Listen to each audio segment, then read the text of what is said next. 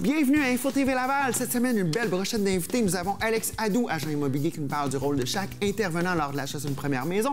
Jean-Jacques Lapierre, avec son invité Régent Côté, qui célèbre le 35e anniversaire du groupe La Relance. Nous avons Michel-Olivier Marcoux, l'importance d'avoir un conseiller financier et comment le trouver. Mylène Dubois, du Centre de pédiatrie sociale, nous parle de musicothérapie et de persévérance scolaire. Nicolas Vincent Poirier, chronique cinéma avec le film Venom. Odette Picard et son invité Gisèle Bélanger de l'Association Lavalloise Monde des personnes aidantes, ainsi que le projet Mini-Ligue sportif avec Guillaume Filiatro et Jade Bégin-Desplanty. Êtes-vous prêts? 4, 3, 2, 1, on y va!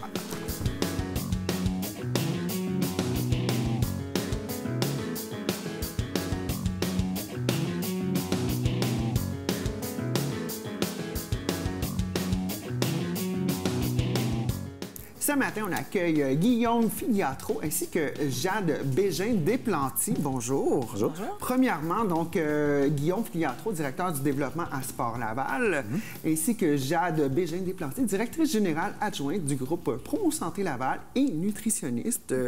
Donc, ce matin, vous venez nous parler du projet Mini-Ligue sportif. Donc, Mini-Ligue sportif, en quoi consiste le projet? Bien, ce sont des mini-ligues qui ont été créées l'année passée avec la commission scolaire Wilfrid Laurier à Laval. Puis le but du projet est d'initier les jeunes à faire différents sports au cours de l'année. Donc, on a 6 sports différents parmi lesquels les jeunes peuvent s'initier. Ouais. Puis en même temps, durant ces journées-là, on a notre partenaire Promo Santé qui est là pour faire des capsules sur les saines habitudes de vie, donc une saine alimentation et activité physique là, pour les jeunes. OK. Et puis, ça vise les élèves de quelle classe environ? Parce que là, des jeunes, c'est pas ça qui manque. Des jeunes qu'on veut faire bouger, c'est pas ça qui manque non plus. Mais vous avez quand même un objectif là, très précis. Oui. Le projet s'adresse aux jeunes de 5e et 6e année du primaire. Le but, c'est de les initier au sport qu'ils vont peut-être pouvoir faire au secondaire par la suite. Donc, c'est les initier tranquillement à ces sports-là. Surtout que les activités ont lieu dans les écoles secondaires là, de leur quartier. C'est-à-dire qu'à ce moment-là, ils peuvent déjà voir les lieux, visiter les gymnases, c'est ce qu'ils vont faire les parties. Puis après ça, c'est comme un tremplin vers le secondaire pour pouvoir participer aux activités physiques et continuer là, à faire du sport au cours de leurs études. OK. On s'entend que l'activité sportive, c'est essentiel. Loin de nous l'époque où est-ce qu'on allait travailler dans les champs, il fallait qu'on se nourrisse de façon excessive. Là, aujourd'hui, on se nourrit de façon excessive puis on fait pas grand-chose. C'est quoi exactement les sports puis les attitudes qu'on cherche à développer chez nos jeunes?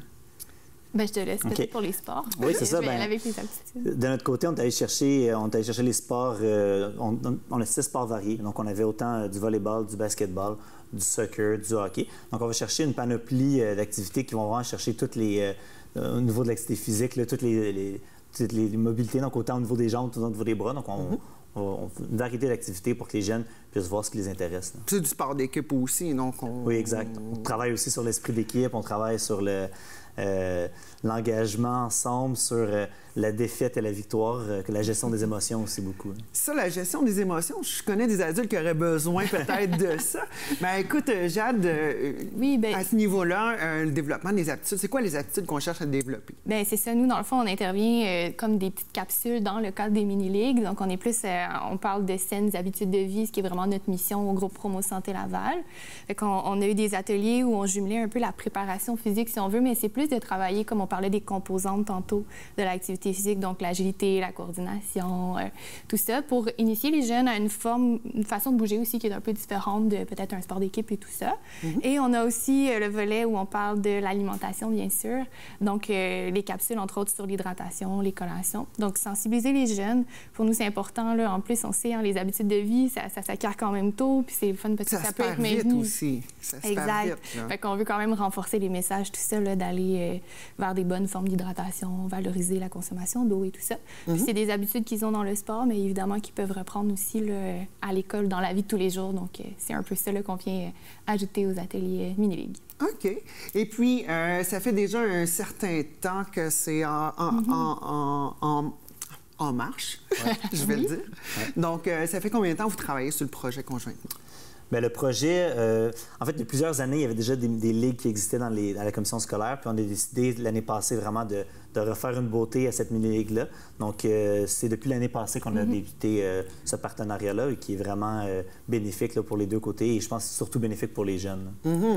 Et puis, là, on est à l'ère depuis déjà presque 3 décennies des jeux vidéo. Là, c'est plus fort que jamais. Je suis de voir le visage de Jade qui a changé.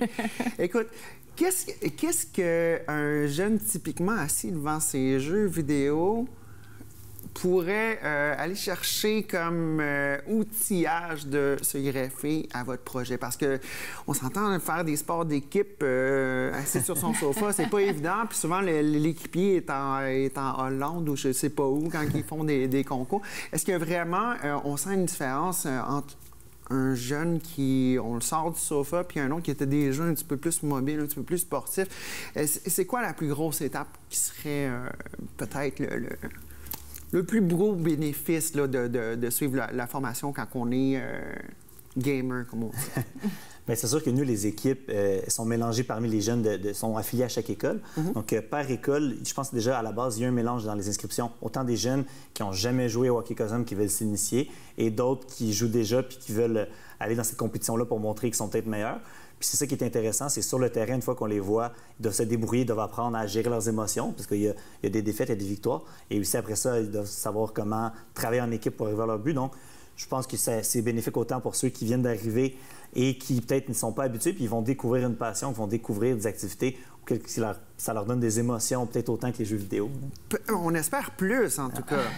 De leur redonner le goût, en fait, de bouger. Puis effectivement, pour ceux peut-être qui connaissent moins, des fois, peut-être, ils ont essayé certains sports, mais pas d'autres. Ça multiplie les occasions de découvrir des nouveaux sports, puis juste se trouver un point qui les raccroche, dans le fond, puis qui va peut-être les éloigner un petit peu des écrans, du moins partiellement. Là.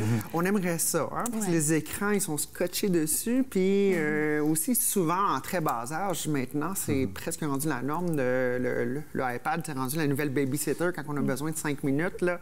Donc, et puis, qu'est-ce qu'on peut s'attendre comme résultat futur? Ça serait quoi vos souhaits pour cette mini-ligue puis les effets d'ici quelques années sur nos jeunes? C'est sûr qu'il y a des effets reliés, entre autres, à la persévérance scolaire. Donc, de voir la motivation du jeune d'aller à l'école, puis une fois qu'il est motivé, parce qu'il y a un sentiment d'appartenance, parce qu'il représente son école aussi lorsqu'il va à la mini-ligue. Donc, de dire, je représente mon école, avoir une fierté d'aller à l'école, de poursuivre. Donc, c'est sûr qu'on a ces objectifs-là du côté de la persévérance scolaire et aussi, on a les objectifs côté sportif, donc de faire l'initiation, de faire découvrir des activités et qui sait d'amener ces jeunes-là à continuer leur pratique d'activité physique dans les prochaines années, une fois qu'ils sont plus au primaire, sur peut-être plus cette offre-là encadrée, d'avoir peut-être d'autres pratiques disponibles pour eux. Là.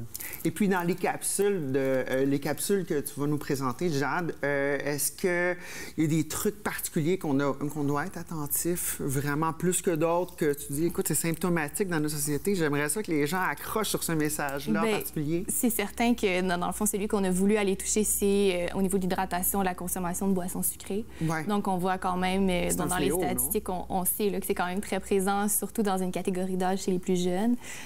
Donc, c'est sûr que, comme on souhaite juste sensibiliser, puis ne serait-ce que s'il y a le message qui est retenu, que l'eau, c'est la boisson d'hydratation, bien, il y a quelque chose qui est gagnant là-dedans. Voilà. Puis, si on peut donner des trucs aussi pour aider à boire de l'eau, puis aimer ça, bien, je pense que, dans le fond, c'est de retenir des gros messages, sensibiliser. Ça va être vraiment ça qu'on va chercher à faire. Là. Bien, parfait, les amis. Alors, le projet Mini-Ligue sportive qui est en vigueur. Et pour plus d'informations, on peut aller voir sportlaval.qc.ca ainsi que gpslaval.com, n'est-ce pas? Oui. Bien, écoutez, un gros merci, puis on suit ça avec intérêt. Merci beaucoup. Merci. Un plaisir ce matin de recevoir Mylène Dubois du Centre de pédiatrie sociale. Bonjour. Bonjour. Directrice générale, pour ne pas mentionner. Donc, tu viens nous parler ce matin d'un projet de musicothérapie hebdomadaire qui a un nom. Attends une minute, j'y reviens. Ce nom s'appelle Apprendre à apprendre par la musique, point d'exclamation. Donc, parle-moi un petit peu de ce projet qui se passe présentement à Laval sur le territoire de plusieurs écoles. En fait, c'est un projet qui est pour la 3e année avec l'école Simon Vanier. C'était un projet qui était en collaboration avec la Carrefour musicale, mais on était toujours très impliqués depuis le départ. Puis cette année, on le reprend. Et on le reprend également à l'école Eureka à Pont-Viau, une autre école avec qui on a d'excellents liens.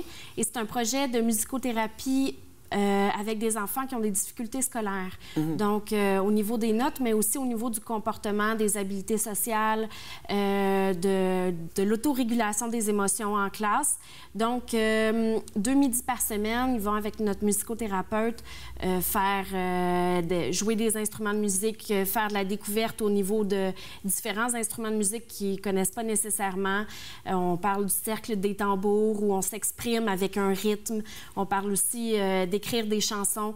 C'est sûr que les enfants du centre de pédiatrie ont un certain vécu, donc ça permet de ressortir certaines émotions peut-être un peu plus négatives. C'est un programme sur 24 semaines. On s'assure du suivi avec les professeurs également pour voir l'évolution des enfants. Il y a des objectifs cliniques très clairs pour chacun des enfants, puis on s'assure de faire le suivi le plus rigoureux possible. C'est un programme qui est financé par le regroupement Lavallois pour la réussite éducative, donc qui nous permet encore cette année de faire le projet. Il commence dans 2 semaines pour 24 semaines cette année. Et puis, il y a une prise en charge vraiment de l'élève en difficulté. Donc, premièrement, tu dis que ces enfants, ces élèves ont un parcours un petit peu plus difficile, ardu. Donne-moi des exemples de ça. Les enfants qui fréquentent le centre de pédiatrie sociale, c'est des enfants qui sont en situation de vulnérabilité sociale, économique, qui vivent des difficultés familiales.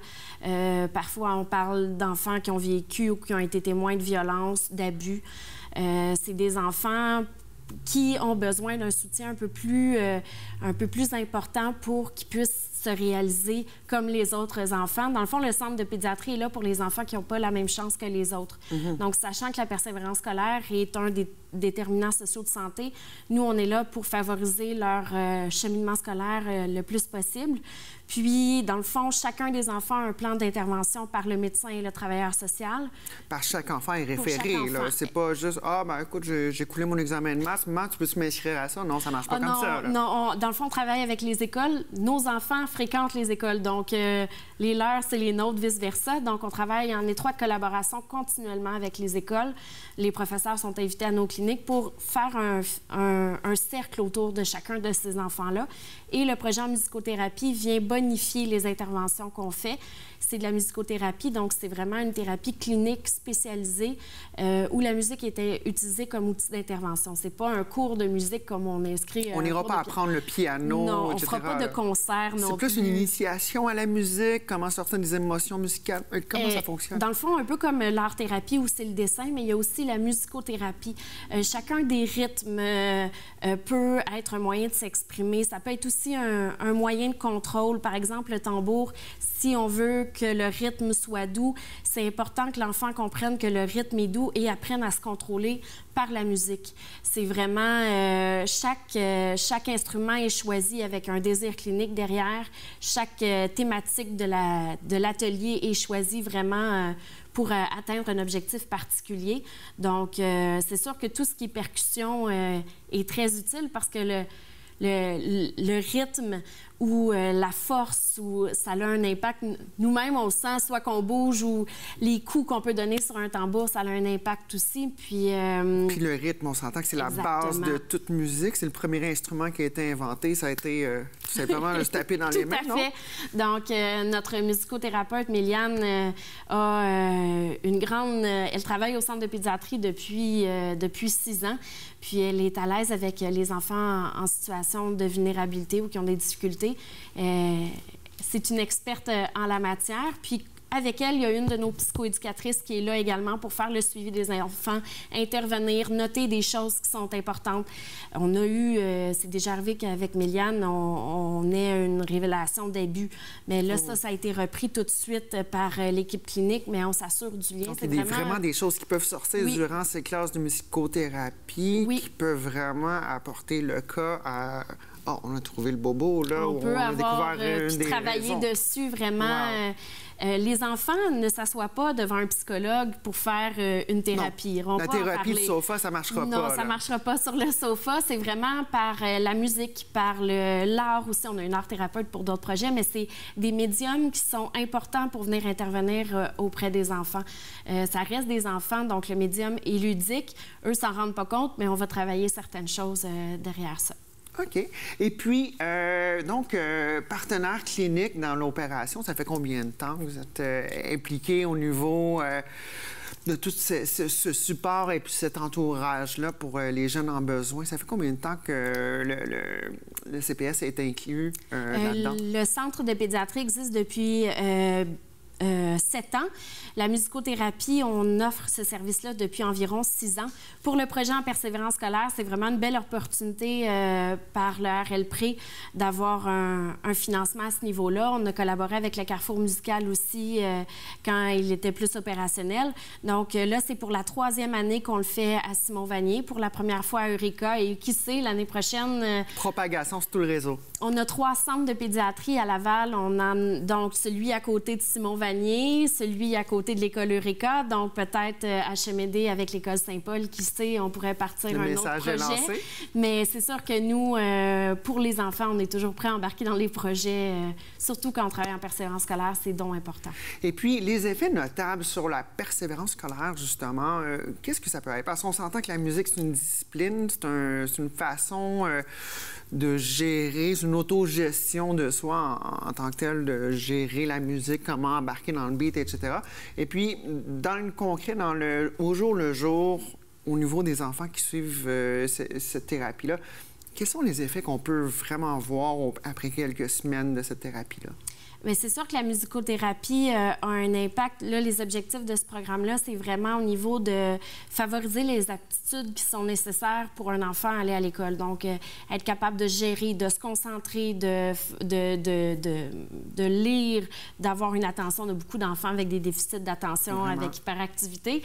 Donc là, de pratiquer ça avec quelque chose qui est plaisant, ludique, où ils vivent des réussites. On est en groupe aussi. En groupe, c'est vraiment un groupe fermé aussi. Ça permet de tisser des liens entre eux. C'est sûr que ça a des effets dès le départ au niveau des résultats scolaires. Puis nous, on est partenaire avec l'école Simon-Vanier depuis 7 ans déjà. Puis Mme Lortie, la présidente de la commission scolaire, a noté que l'école Simon-Vanier, bien qu'elle ait un indice de défavorisation de 10 sur 10, a été 4e dans les résultats scolaires en fin d'année. Donc, on voit des résultats concrets. On ne peut pas associer automatiquement la défavorisation à l'échec scolaire. Non. Il faut un soutien puis un filet de sécurité à ces enfants-là, mais ils sont aussi capables que les autres. Bien, écoute, un gros merci. Donc, pour plus d'informations, cpslaval.org. Donc, Mylène Dubois, un gros merci. Bien, merci à vous. Au travers de la vie, on ne sait jamais, mais à un certain moment donné, on a des gens autour de nous qui tombent malades. Ça peut être nous qui tombent malades aussi. Et puis, le profil de proche aidant peut décrire potentiellement à peu près n'importe qui entre nous. Aujourd'hui, on a Odette Picard, coordonnatrice à la promotion et communication pour l'Association lavalloise des personnes aidantes. Bonjour, madame. Bonjour. Accompagnée de Gisèle Bélanger, qui est une proche aidante. Bonjour, madame. Bonjour. Donc, ce matin, vous venez nous parler en 2 volets. Donc, premièrement, proche aidant, c'est tout le monde qui peut être dans cette situation. Et dans un 2e volet, vous avez un événement qui s'en vient le 6 novembre. Mais commençons par le début. Proche aidant, l'Association lavalloise des personnes aidantes, l'ALPA. Dites-moi en plus. L'ALPA existe maintenant depuis l'an 2002. A été fondée en 2002. Et l'ALPA est un organisme communautaire régional, donc qui dessert toute la région de Laval, toute la clientèle proche aidante, sans distinction d'âge, de maladie. Donc, toute personne qui accompagne quelqu'un d'une façon continue, d'une façon temporaire, suite à un accident, une maladie, de l'âge. Bref, nous, on prend soin de tous ces proches aidants-là en leur offrant différents services pour les aider à passer à travers ou à survivre dans un parcours qui parfois peut être plus ou moins long. plus ou moins long et plus ou moins évident aussi. Exactement, dépendamment évidemment de la maladie dont le proche est atteint. La maladie ou l'accident, parce que chacune des situations vient avec son lot de stress. Et puis, Madame Bélanger, vous êtes là comme témoin ce matin. Vous êtes une proche aidante. Et puis, dans le deuxième volet, on va parler du 3e salon des aidants de la Laval. Et puis, c'est lors de ce salon, vous avez rencontré des petites perles, on pourrait dire. Bien, c'est ça, c'est que ce salon-là, c'est un événement qui est dans une seule journée. Donc, les proches aidants, ils n'ont pas beaucoup de temps de se promener à gauche, à droite, courir ici et là. Alors, dans une seule journée, tu retrouves toute l'information que tu as besoin. Quand tu es proche aidant, début de ton parcours, tu ne sais pas où aller, tu ne sais pas à qui parler, tu retrouves toute l'information sur place. Et un peu plus tard, quand ton parcours devient plus lourd parce que la personne est encore plus malade, bien là, tu as les contacts. Alors, tu sais où aller, tu sais qui aller chercher, qui appeler et tout ça. Et dans mon cas à moi, vers la fin du parcours de ma mère, j'avais trouvé au salon la maison des soins palliatifs et j'ai pu amener ma mère là pour la fin de sa vie. Elle est partie dans un endroit calme, respectueux, magnifique. Alors, moi, je suis vraiment, vraiment contente de tous les services qui se passent là. Parce que tu as tous les groupes communautaires, tu as les services gouvernementaux, tu as aussi des compagnies privées. Tu peux vraiment tout trouver. Et peut-être le plus important, c'est que tu rencontres des gens qui vivent ta situation. Ça, c'est peut-être la clé de la situation, parce que souvent, les gens disent comprendre ou sympathiser, puis c'est pas faux, mais la compréhension vient avec le cheminement. Donc, quelqu'un qui vit le chemin le comprend d'autant mieux. C'est ça. Alors, tu peux développer une espèce de groupe de soutien où tu te fais des amis. Et puis, si ce n'est que pour une journée, bien, tu as un repos. Tu peux te changer les idées un peu. Puis en plus, tu sors de là avec un bagage d'informations qui va être utile tout au long de ton parcours. Donc, le 6 novembre prochain, donc 3e Salon des aidants de Laval, c'est un événement annuel qui regroupe tous les intervenants du milieu œuvrant auprès des personnes en perte d'autonomie. Il y a au-dessus de 80 exposants, des ateliers, des invités spéciaux. Oui, effectivement. Donc, parmi les 80 kiosques qui seront présents, comme le mentionnait Mme Bélanger, bien, il y a des organismes communautaires, il y a également des entreprises privées ou des services gouvernementaux qui donnent des services ou qui ont des produits qui peuvent aider la vie quotidienne des proches aidants. Ça peut être autant des vêtements adaptés, ça peut être de l'équipement médical, ça peut être service d'un notaire. Bref, ça regroupe à peu près tout ce dont on peut avoir besoin dépendamment du parcours où on est rendu dans notre parcours de proche aidant. Ce salon-là, qui est la 3e édition cette année, bien, on est très fiers. D'ailleurs, on s'enorgueillit de dire que l'an passé, on était en nomination pour le prix OSIA de la Ville de Laval pour l'événement de l'année. Donc, on roule sur notre succès de l'an passé. Mais on ne s'assoit pas sur nos lauriers. Non, pas du tout. Cette année, on se dépasse. Bref, c'est une journée pour les proches aidants.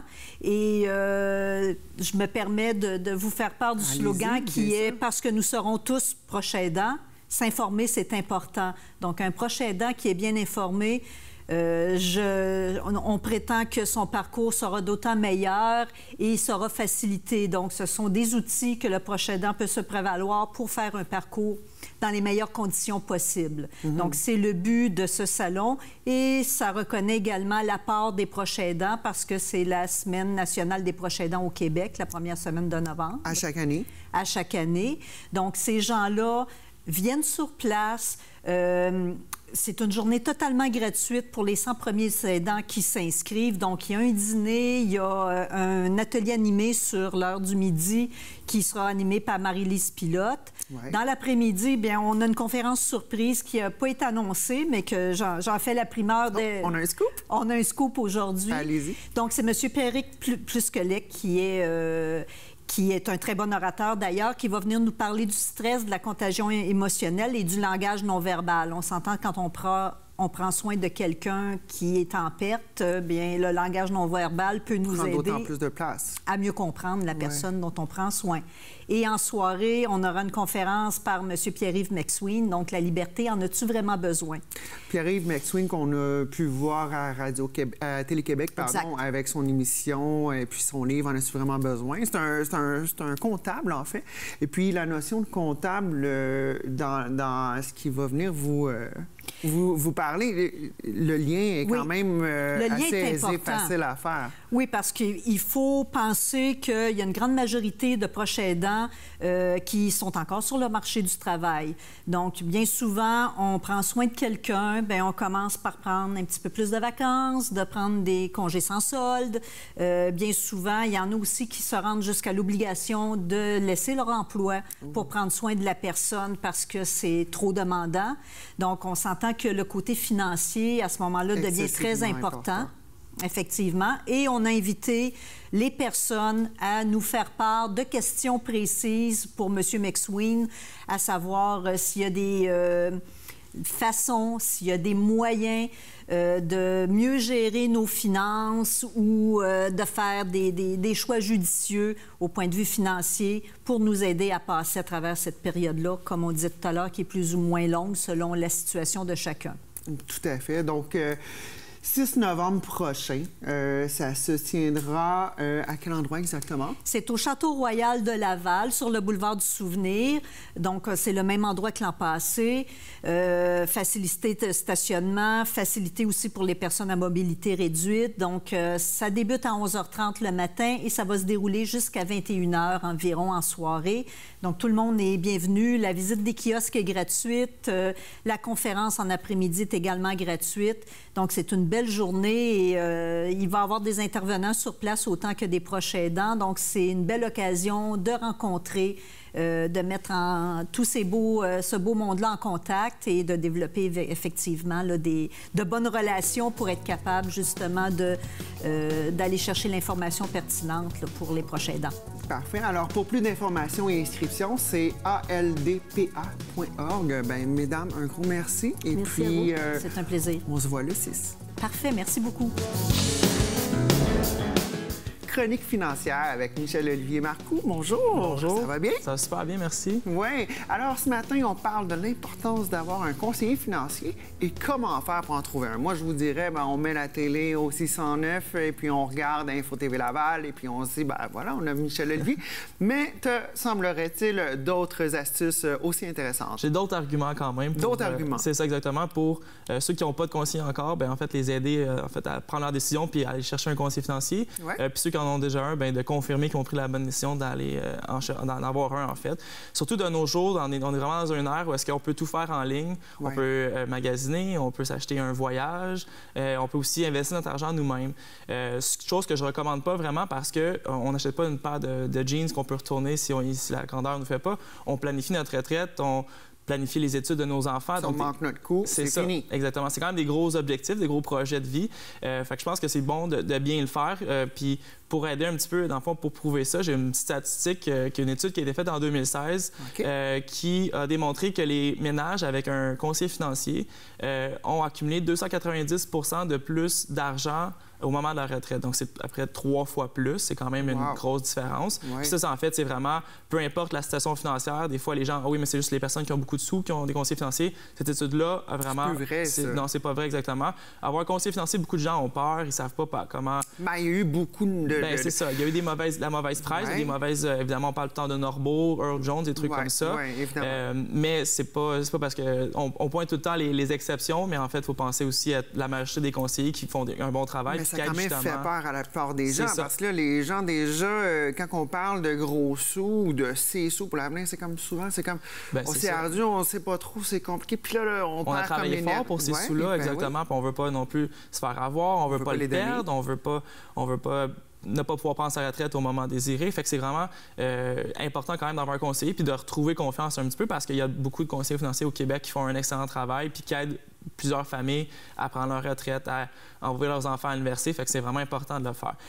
Les raisons, en fait, pourquoi c'est important d'avoir un conseiller financier, il y en a plusieurs. Premièrement, c'est les connaissances. Hein? On a beau lire là-dessus, on a beau s'informer, ce qui est une excellente affaire à faire, peu importe, conseiller ou pas.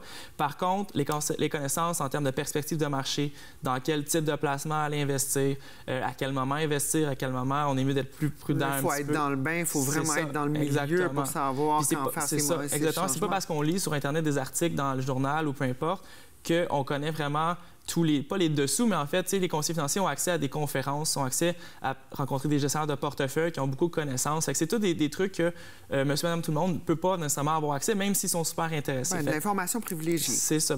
Privilégiée, oui, parce que sinon, c'est illégal, mais dans le sens que, oui, l'information, on n'est pas habitué. Non, c'est ça, exactement. Mais on comprend quand même le principe. Donc, les tendances aussi, tous ces trucs-là, les connaissances sont vraiment très importantes. Un peu comme des fois, je le compare souvent avec un coach sportif. C'est des trucs que, même si on a beau s'intéresser à un sport, on ne connaît pas toujours les détails. Puis en fait, c'est pas juste des connaissances par rapport au marché, mais c'est des connaissances au type de placement pour nous, au véhicule de placement, donc le REER, le CELI, pour nous, qu'est-ce qui est le mieux? Fait que toutes ces connaissances-là vont aider les investisseurs à mieux s'orienter et à mieux planifier leur retraite ou leur projet de vie. Qui dit conseiller financier, c'est pas tout le monde qui peut être conseiller financier. Non. De un. Non, tout à fait. Première chose à vérifier. C'est avoir une certification. Ouais. Dans le fond, c'est super facile à faire. Vous pouvez regarder sur Internet, sur le site de l'Autorité des marchés financiers. Il y a un petit registre, vous tapez le nom de la personne. Si le nom de la personne n'est pas là, peut-être qu'ils ont fait une erreur de tape, mais sinon, ça veut dire que la personne n'est pas certifiée. Donc, évidemment, c'est arrivé déjà dans le passé. C'est ça, exactement. C'est arrivé dans le passé d'avoir des gens qui confiaient l'argent, dans le fond, à un membre de leur famille ou un ami de la famille, puis là, cette personne-là n'était pas certifiée, puis elle partait avec l'argent. Ça, faut pas... déjà vu. Ça s'est déjà vu. Il ne faut pas comparer les conseillers financiers à ça, parce que c'est pas le cas du tout. Fait que c'est ça. Ça, c'est vraiment important que la personne soit super bien certifiée. Vérifier avec l'AMF. Exactement. Parfait. Puis aussi, c'est que les connaissances, ça, c'est outre ça, en plus de ça, c'est d'avoir quelqu'un qui a étudié probablement en finance ou en économie. Ça, c'est quand même le fun d'avoir quelqu'un qui s'y connaît. Qui étudie en sciences humaines puis s'est retrouvé comptable, je m'inquiète. Bien, c'est ça, exactement. Fait que c'est la même chose pour le conseiller financier. Quoique la comptabilité, ça peut être un bon background, si on veut, pour la finance, mais s'il étudie en sciences humaines puis il se ramasse conseiller financier ou en géographie, quelque chose comme ça, c'est pas l'idéal nécessairement. Une autre raison pourquoi je pense que c'est important d'avoir un conseiller financier, puis je vais revenir un petit peu par la suite à comment faire pour le trouver, mais ça, c'est super important d'avoir quelqu'un de certifié. C'est l'aspect psychologique qui est, selon moi, l'aspect le plus important. Il faut se faire confiance mutuellement, C'est ça, il faut se faire confiance. Il y a la confiance, il y a la discipline, il y a aussi la gestion des émotions, parce que la finance, même si ça a l'air super plate, ou des fois, pour beaucoup de monde, ça l'est plate, c'est beaucoup dans le comportement, beaucoup dans notre façon de réagir. Quand on voit le marché qui baisse, par exemple, ou notre portefeuille qui baisse, réaction de peur, la peur qui embarque, tout ça. On se met à vendre, puis c'est pas le temps. C'est ça, c'est pas le temps de vendre, parce que dans le fond, quand le marché descend, mais c'est normal que le marché descend à certains moments, puis ça remonte par la suite. Théoriquement, un bon conseiller pourrait te dire, écoute, si tu vends pendant que c'est bas, tu as perdu. Si tu n'as rien vendu, puis tu attends que ça remonte, c'est ça. C'est une question de patience. Le conseiller est justement là pour être très rationnel, pour pouvoir rappeler aux gens, oui, ça arrive que ça descend, mais de toute façon, ton objectif, c'est à long terme. La retraite, tu ne la prendras pas demain matin. Fait que même si ça descend, puis même si on prend notre retraite demain matin, puis le marché descend, la retraite, c'est plus 5 ans, puis on décède. Maintenant, la retraite, ça peut être super long. On peut prendre notre retraite à 60 ans, puis vivre jusqu'à 90 ans. Fait que c'est quand même une longue période. Fait que ça va arriver des hauts, des bas. Même chose quand ça va bien. Des fois, les gens s'emballent. Il y a un an, on parlait du Bitcoin. On achète du Bitcoin, ça va bien. C'était la folie. C'est la folie. Puis maintenant, on est rendu un an plus tard. Puis ça vaut le tiers de ce que ça valait, c'est ça. Donc, c'est tous des trucs comme ça qu'il faut avoir un conseiller financier, parce que lui va être là pour vraiment nous ramener à l'ordre, pour nous rappeler que notre objectif, c'est ça, puis on va suivre la stratégie mise en place. Puis je parlais un petit peu de la discipline aussi tantôt. La discipline est super importante, parce que des fois, si c'est nous-mêmes qui mettons l'argent de côté, on va peut-être des fois, c'est un petit peu plus...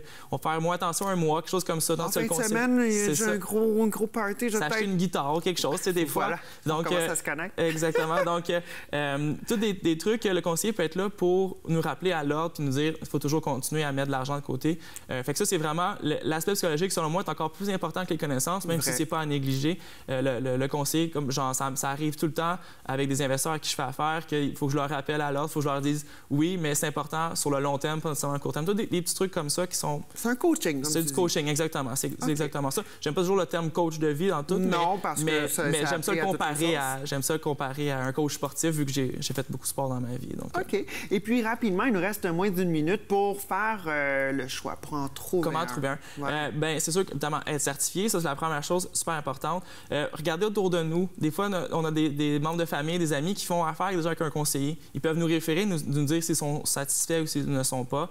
Regardez des fois dans la télé, les journaux, les médias, des trucs comme ça. On peut demander aussi, c'est sur notre page Facebook, des choses comme ça, voir si on peut se faire référer, parce que je pense que la référence, c'est la meilleure façon de... Ça reste toujours la base. Exactement. Dans tout type Puis le conseiller va être super content de se faire référer, c'est-à-dire qu'il donne un bon service. Mais je pense que quand on fait nos recherches, c'est super important. La chose numéro 1, c'est que ça clique avec le conseiller. Si on s'entend pas bien, ça va être difficile de travailler longtemps avec la personne, puis on va toujours avoir des doutes, quelque chose comme ça. Fait que trouver quelqu'un avec qui vous avez du plaisir à collaborer et à parler de finances un petit peu. Ben écoute, Michel-Olivier Marcoux, un gros merci. Pour plus d'informations, gestionasf.com. Ben, on se voit dans 2 semaines pour la suite. Oui. Chronique cinéma cette semaine. Nicolas Vincent Poirier. Salut, Nicolas. Salut. On parle de Venom. Venom, qui est cette bestiole apparentée à Spider-Man dans un univers Marvel lointain. Démystifie-moi ce truc, parce que la dernière fois, j'ai vu Venom dans une bande dessinée, il était avec Spider-Man, puis là, c'est pas le cas. J'étais un peu déçu. Oui, c'est pas comme la version de 2007. Dans 2007, Venom, c'était le méchant, un des méchants dans le film Spider-Man 3. Vraiment pas fin. Et maintenant, c'est même plus dans le même univers. Et donc, voilà. Venom, c'est qui? C'est un extraterrestre sous forme liquide qu'on appelle une symbiote, et elle se mêle à un humain et à un autre, et l'autre, bon, il peut garder la forme humaine, comme à certains moments, comme ce qu'on connaît du personnage de Venom, se transformer en gros monstre noir. Et Venom a été créé, dans l'univers de Spider-Man, et c'est depuis 1997, ça fait quand même longtemps, qu'on veut faire un film sur Venom. Et au début, c'était Dolph Lundgren qui était censé interpréter Venom en 1997. Là. Il avait écrit le scénario. En fonction de cet acteur. En fonction... il voulait vraiment que ce soit lui. Ils ont demandé à David Goyer, celui qui a écrit, entre autres, qui a aidé Christopher Nolan à écrire la trilogie de Batman. Ouais. Une des meilleures trilogies au monde, d'ailleurs. Vraiment, ma préférée. Et finalement, le projet n'a pas fonctionné. Ensuite de ça, on le sait, Sam Raimi a pris Spider-Man et l'a transformé en ce qu'on connaît aujourd'hui. Ouais. Et après le deuxième Spider-Man, en 2004, Sam Raimi, qui était en train de préparer le troisième, lui, il n'a jamais été intéressé vraiment par le personnage de Venom, parce que, c'est un personnage un peu sombre et c'est dark, c'est très dark. Un peu plus dark que, mettons, l'univers qu'il a créé. Et un des producteurs, Avi Arad, lui, ce qu'il voulait, c'était utiliser Venom, parce que, pour faire plaisir aux fans, mettons, qui veulent des méchants plus récents que ceux que Raimi introduisait dans les films. Donc, il a un peu poussé à y aller aussi avec Venom, et finalement, on sait ce que ça a donné. Ça n'a pas été un très bon film, finalement, le 3. Et Sony, ça c'est drôle parce que Sony a les droits pour Spider-Man. Marvel, qui était en faillite au milieu des années 90, tout vendu à prix ridicule. C'est ça. Mais selon leur contrat, ils doivent produire, je pense que c'est aux 5 ans, un nouveau film de l'univers Spider-Man. Sinon, les droits reviennent automatiquement à Marvel. Et Sony ne veut pas ça parce que... c'est trop rentable. Là. Depuis 15 ans maintenant, ils font de l'argent comme de l'eau avec ça. C'est ça. Même si le troisième Spider-Man a été le moins bien coté, ça a quand même été celui qui a fait le plus d'argent. On parle de 800 quelques millions. Il faut quand même aller le voir pour être déçu, hein? Oui. Et Sony, finalement, bon, ils ont fait un reboot de Spider-Man et ça a été dévoilé en 2014 que le but ultime, c'était pour être sûr de garder les droits de Spider-Man à tout jamais. C'était de faire un univers Spider-Man avec des films basés sur plusieurs des personnages, dont appelés des spin-offs. C'est ça, plein de spin-offs. Ce que Marvel fait avec leur univers, Sony, c'était la même chose avec Spider-Man. Donc, ils ont refragmenté. Donc, Venom. Parle-moi de Venom, ce personnage. J'ai vu les trailers, ça semble magnifique. J'ai le poil qui lève juste à y penser. C'est comme mélanger un petit peu le côté X-Files sombre avec des extraterrestres qui se font la symbiose avec des humains. Raconte-moi, ça me Écoute, les extraterrestres, on en apprend un peu, mais bon, pas tant que ça quand même sur ces extraterrestres-là. C'est beaucoup plus la relation entre Venom et le personnage que Tom Hardy interprète. Tom Hardy qui est excellent dans son rôle. Vraiment. Les critiques en général n'aiment pas du tout ce film-là. Et, pourquoi? Parce que le film, ça fait un peu penser, puis c'est vrai dans un sens, à un film de bande dessinée qui aurait été fait il y a une dizaine d'années. Ce n'est pas élaboré par rapport à ce qu'on peut connaître aujourd'hui. Et moi, je trouve qu'au contraire, c'est parfait comme ça et c'est rafraîchissant. C'est un film très court, on parle de 1h40 environ. On suit le personnage de Tom Hardy, qui est un journaliste qui pense un peu juste à lui. Et finalement, il va être en contact avec la symbiote et il va apprendre à vivre avec. Coexister. C'est ça, coexister avec.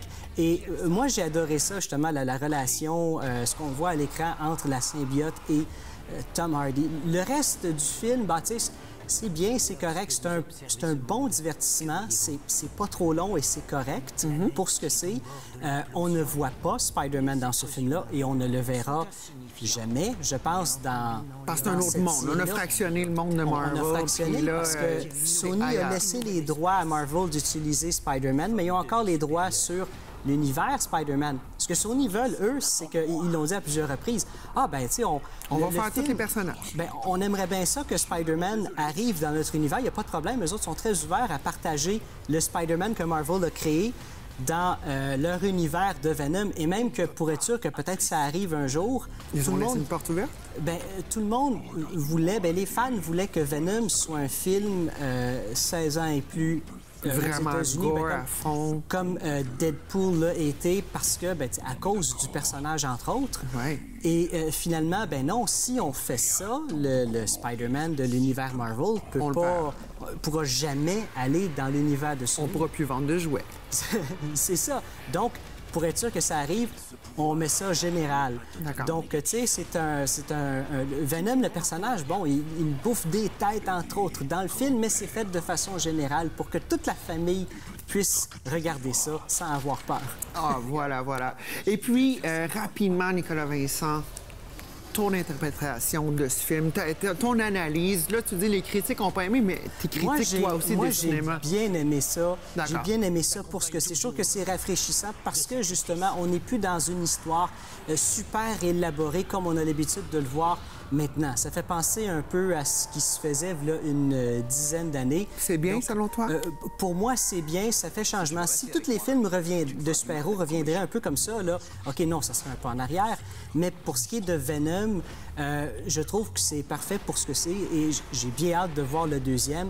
Écoute, le film a coûté entre 100 et 116 millions de dollars, a rapporté à travers le monde en fin de semaine 205 millions. Donc, je garantis à 1 million % qu'il va y avoir une suite. Oui, on le souhaite aussi. Et puis, ta cote sur 10, tu avais donné une telle cote aujourd'hui? 7 sur 10 quand même. 7 sur 10, un bon 7 sur 10. Oh, 7 sur 10. Alors, Nicolas Vincent Poirier, un gros merci. On se revoit la semaine prochaine avec notre chronique cinéma.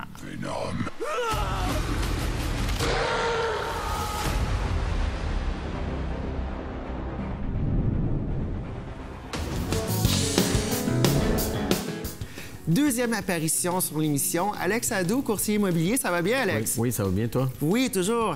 Dernière chronique, on s'est fait à quoi s'attendre à l'achat d'une première propriété. Et cette semaine, on y va avec la liste des professionnels qui sont impliqués parce qu'on s'entend, la liste, c'est pas juste, moi, mon chum, mon chien, puis mon agent immobilier. Il y a d'autres gens impliqués qui sont très importants pour le bon fonctionnement fonctionnement puis se prévaloir de tous ses droits et libertés. Donc, premièrement, on y va avec son courtier. La dernière fois qu'on s'est rencontrés, on s'était parlé de comment choisir son courtier, du nombre de listings qu'il avait dans une région donnée, où est-ce qu'on voudrait s'établir pour qu'il ait une bonne connaissance du marché. Là, on est rendu, on a choisi, on y va avec Alex Adou. C'est lui qui va s'occuper de nous aider avec l'achat de notre maison.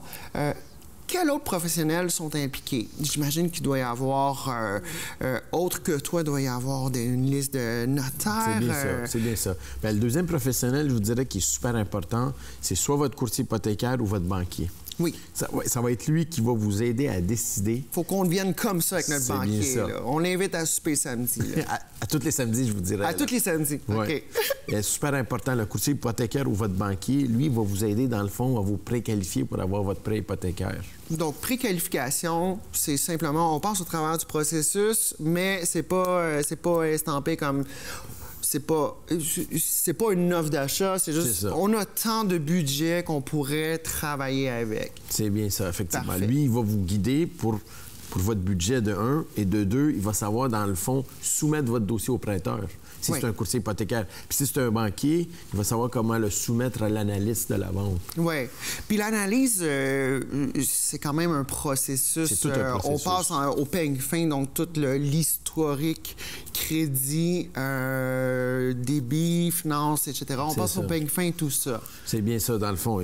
Il regarde vos revenus, il regarde votre crédit, il regarde vos dettes, il regarde votre capacité d'achat. Oui. C'est vraiment tout le dossier au complet qu'il regarde. OK.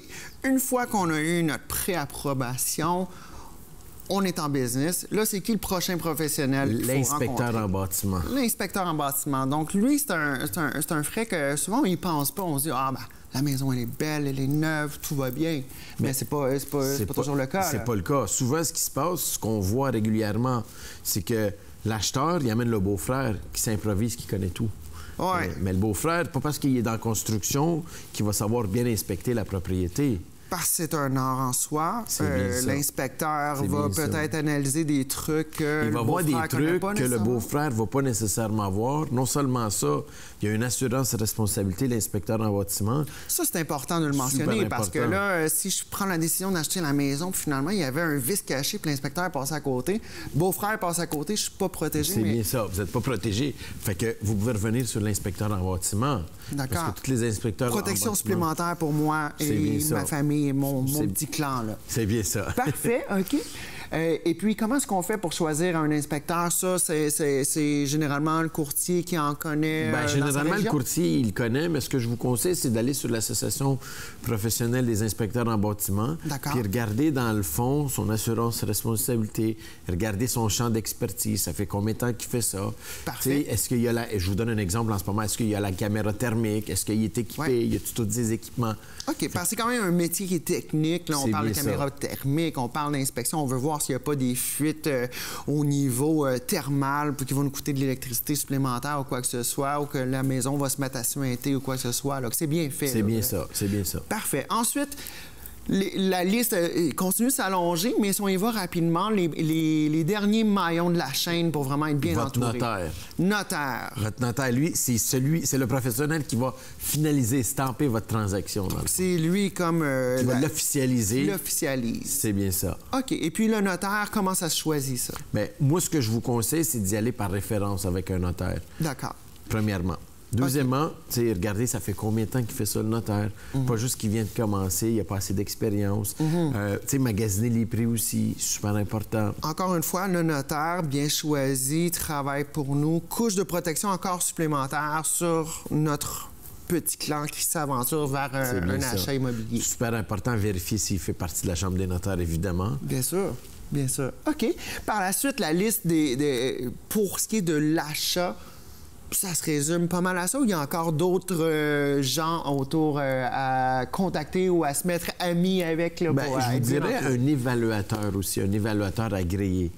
Lui, ce qu'il va faire, dans le fond, un évaluateur agréé, il va venir évaluer votre maison au cas où la banque, je vous donne un exemple, aurait un doute sur la valeur marchande de la propriété. D'accord. Donc, ça, c'est un professionnel le plus qu'on pourrait peut-être avoir à faire. Peut-être. Pas dans tous les cas. Certaines conditions s'appliquent, comme on dit. Mais lui, ça serait un évaluateur. Ça serait important d'en connaître un. Parfait. Bien, écoute, Alex Hadou, encore une fois, judicieux conseil pour des achats immobiliers. Pour une première maison, on est vraiment là-dessus sur cette saison-ci. Et la semaine prochaine, pas la semaine prochaine, dans 2 semaines, restez à l'écoute pour la prochaine chronique de Alex Hadou, parce qu'on va parler de comment estimer sa capacité d'emprunt. Donc, Alex, on se voit dans 2 semaines. Bien, merci. Mes salutations à tout le monde. Aujourd'hui, j'ai un invité tout à fait spécial, un homme dynamique. Vous savez que le groupe La Relance est un groupe qui a une grande notoriété. Alors, Régent Côté, vous êtes coordonnateur à La Relance. Exactement, oui. Mais vous avez fait un cheminement assez important quand même à la Commission scolaire de Laval. Puis finalement, vous avez opté pour, après votre retraite, pour vous emmener à La Relance. Oui, bien, en fait, j'ai travaillé 33 ans à la commission scolaire. 33 ans? Auparavant, j'étais à une autre commission scolaire qu'à Laval, là, mais à titre de régisseur du transport scolaire. Et puis, je faisais partie aussi du conseil d'administration d'Aide aux devoirs Laval, dont Richard Coteau était le président. Ah bon? Puis comme Richard savait que je prenais ma retraite, puis il m'a dit, écoute, on a un poste de coordonnateur qui s'ouvre. Est-ce que ça t'intéresserait? Puis c'est sûr, parce que moi, j'ai quand même, quand tu prends ta retraite à 56 ans, puis tu es en pleine santé, tu veux pas rester là, tu veux travailler. Vous étiez très actif à la commission scolaire. Vous étiez au transport, c'est pas de tout repos. C'est beau jouer au transport. Alors, vous aviez de l'expérience, vous étiez capable d'improviser, de vous organiser. Oui, le transfert, disons, des connaissances a été quand même assez bénéfique pour travailler à La Relance. Oui. C'est un travail de coordination où on fait affaire avec des employés, plein de clients. À La Relance, vous allez me dire, c'est quoi ce mouvement? Bien, en fait, c'est un organisme à but non lucratif qui dessert environ 2600 personnes pour des cours, des activités, des sorties. Puis, c'est quand même pas un gros staff. Hein. Premièrement, ce qui est important, c'est d'avoir un bon conseil d'administration, ce qu'on a. On a un très bon conseil d'administration, très actif, qui est soucieux des détails. Et puis, on est 3 employés permanents, mais à temps partiel. Et puis, on a plusieurs bénévoles. On a une vingtaine de bénévoles qui sont très dévoués à La Relance. En fait, tout le monde doit être très dévoué et très engagé pour offrir quand même une qualité de service que je pense qu'on a quand même atteint. On offre du bon service à nos gens. Et puis, pour nous autres, c'est important, ce qui est très important à La Relance, c'est que, bien, premièrement, c'est d'offrir un passage agréable aux gens qui viennent à chaque jour. Après tout, écoutez, on a environ 400 à 500 personnes à chaque jour qui se déplacent. Oui. Mais quelle sorte de service que vous donnez, quand même? C'est ça. Ces 400 à 500 personnes-là qui viennent à La Relance, c'est pour suivre une multitude de cours. Ah, vous donnez des cours? Oui. Tous les cours sont du lundi au vendredi, entre 8h45 et 16h30. Quelle sorte de cours? Ah, il y a de la mise en forme, il y a du yoga, il y a du tai chi, il y a du pilates, il y a des cours de langue. On a de l'anglais, l'italien et de l'espagnol. On a du bridge. Il y en a qui jouent au 500. J'en oublie beaucoup. On a de la vie active. On a une chorale. On a une très, très bonne chorale à La Relance. Je ne sais pas si vous étiez là au 30e anniversaire de la Relance. Mais, au 30e, non, mais moi, j'étais là au 25e, surtout. 25e. Mais c'est toujours des gros spectacles. Toutes les organisations que vous faites, c'est toujours imposant, c'est toujours spectaculaire. Et puis, il y a du monde. Bien, merci. Oui, il y a beaucoup de gens qui se déplacent pour... cette année, vous savez, on fête notre 35e. Parlons-en du 35e anniversaire. Ça va être un événement majeur. Absolument. Ça va se passer au Château-Royal. Et puis, on a réservé des salles pour environ 360 personnes. Et ça va déjà bon train. Ça se remplit assez vite. Et d'ailleurs, le prix est bas aussi. Là. 35 $ pour les membres, c'est quand même pas cher pour tout ce qu'on offre. Il va y avoir aussi, on a Denis Morancy qui va s'occuper de l'ambiance, la musique, puis la danse, puis le chant, parce qu'il est un bon chanteur aussi. Et puis, il est très, très populaire. Puis il va y avoir des beaux tirages aussi. Bien oui, vous avez des prix assez intéressants. Parlez-moi-en des prix un peu. Oh, il y en a une multitude, mais disons que les principaux, c'est des nuitées qui sont offertes par le groupe Origine. C'est ça, c'est des nuitées dans de grands hôtels, là, dans des endroits. Alors, ils vont offrir ça. C'est quand même d'une très bonne valeur. c'est très intéressant pour les gagnants. Alors, la relance, on peut dire qu'il crée des activités pour les aînés de toutes sortes. Des activités un peu plus culturelles, d'autres des loisirs, l'autre c'est pour sur le plan humain quand même être plus actif. Oui. Alors, vous avez des conférences aussi. Oui, vous avez raison. On a cette année, juste cette session-ci, on a 18 conférences différentes données par 18 conférenciers. Écoutez, sur la politique américaine, l'astrologie, qui a fait un tabac aussi. On en a sur... on a un conférencier qui est allé plusieurs mois en France, donc elle nous fait une conférence, une série de 8 cours. On en a sur les sciences, Alain Bonnier, sur les sciences, qui est très, très prisé aussi. On a, écoutez, histoire de l'art, histoire de la musique. On a 2 professeurs en musique qui donnent de bons cours. Puis on a aussi, il ne faut pas oublier, notre présidente, Carole Larocque, qui organise aussi... La présidente, c'est Madame Carole Larocque. Carole Larocque, oui. Okay. Qui organise... On la salue. Oui, on bien lui sûr. rend hommage. Qui est présentement en vacances, qui doit être en train de planifier peut-être des prochaines sorties pour la relance. Bon. Mais c'est ça, Carole nous organise de très, très belles sorties. Écoutez, sont allés aux îles de Madeleine cet été. Sont allés à Washington, sont allés en plein d'endroits, Boston, Philadelphie. Il y en a de moins loin, comme bientôt, ça va être au site Niagara. On en fait souvent à Québec. On en fait, écoutez, plein de sorties.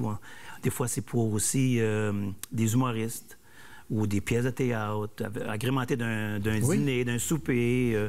C'est très, très varié. C'est très varié. Oui. C'est très, très varié. Mais je sais que les gens aiment beaucoup. Par exemple, il y a des activités qui sont très, très populaires. Je sais que dans les conférences, vous avez des gens célèbres, quand même. Marcel Tessier, qui est venu souvent faire des conférences. Et puis, disons que les salles étaient bondées lorsqu'il est venu. Il a modéré pas mal, Marcel, parce que il disait que la dernière fois qu'il faisait une conférence, puis... nos membres sont allés le voir à la pause, puis il a dit « Ah, bien, vous autres, à la relance, là, je vais revenir encore une fois. » Ça fait 5 ans qu'il dit ça. Oui. Dominique Michel, des conférenciers. Monsieur Côté, vous êtes très actif. Moi, j'admire tout le travail que vous faites, mais vous avez commis un petit péché. Vous avez commis un livre. Hein? J'ai vu ça, vous aviez commis un livre. Parlez-nous donc un petit peu de ça. On est amis Facebook. Oui. Oui, bien, c'est ça. Écoutez... Comme on organise beaucoup de choses. L'année passée, j'avais lancé à l'endroit de tous les... il y a beaucoup de talent à la relance parmi nos membres. Alors, il y a plusieurs membres qui avaient écrit des livres. Alors, l'année dernière, je me suis permis d'organiser pour eux autres, de venir expliquer c'était quoi leur livre, puis d'inviter tous les membres de la relance à venir les voir. Chacun venait parler de leur livre, puis après ça, bien, ils pouvaient les vendre aussi, puis c'était très intéressant. Puis c'est à la suite de ça que j'ai décidé, je dis... Bien, j'ai une idée d'écrire un livre. Tiens, je pense que je vais m'essayer pour le fun. Puis finalement, 8-9 mois plus tard, j'ai envoyé ça aux éditions, puis un éditeur qui m'a fait confiance, puis qui a décidé qu'on se lançait en affaires, puis je vais même être au Salon du Livre prochainement. Fantastique. Et en parlant de Facebook, la relance, on a une page qui s'appelle la page, en fait, Groupe de loisirs La Relance. Oui. Alors, j'invite les gens à aller aimer la page, parce que sur cette page-là, qu'on tient à jour, on aime bien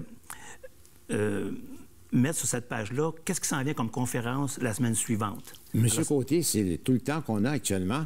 Alors, pour terminer, on invite les gens à assister d'abord au 35e anniversaire de la relance. Et puis, on les invitera après ça pour le lancement de votre volume. Mais ça va être le 2 décembre, le 2 décembre au Château Royal. Alors, le coût pour les membres est de 35 $. C'est ça. Ça va être fantastique. Vous allez voir ça. Ça va être plein. J'en suis persuadé. Formidable. Merci, M. Côté. Merci beaucoup. Merci. C'est ce qui complète l'émission cette semaine. Revenez-nous la semaine prochaine, 8 h, pour un autre Info TV Laval.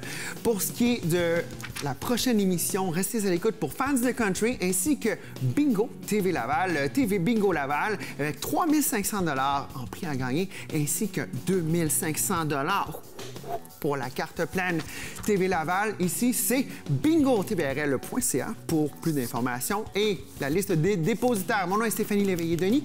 À la semaine prochaine.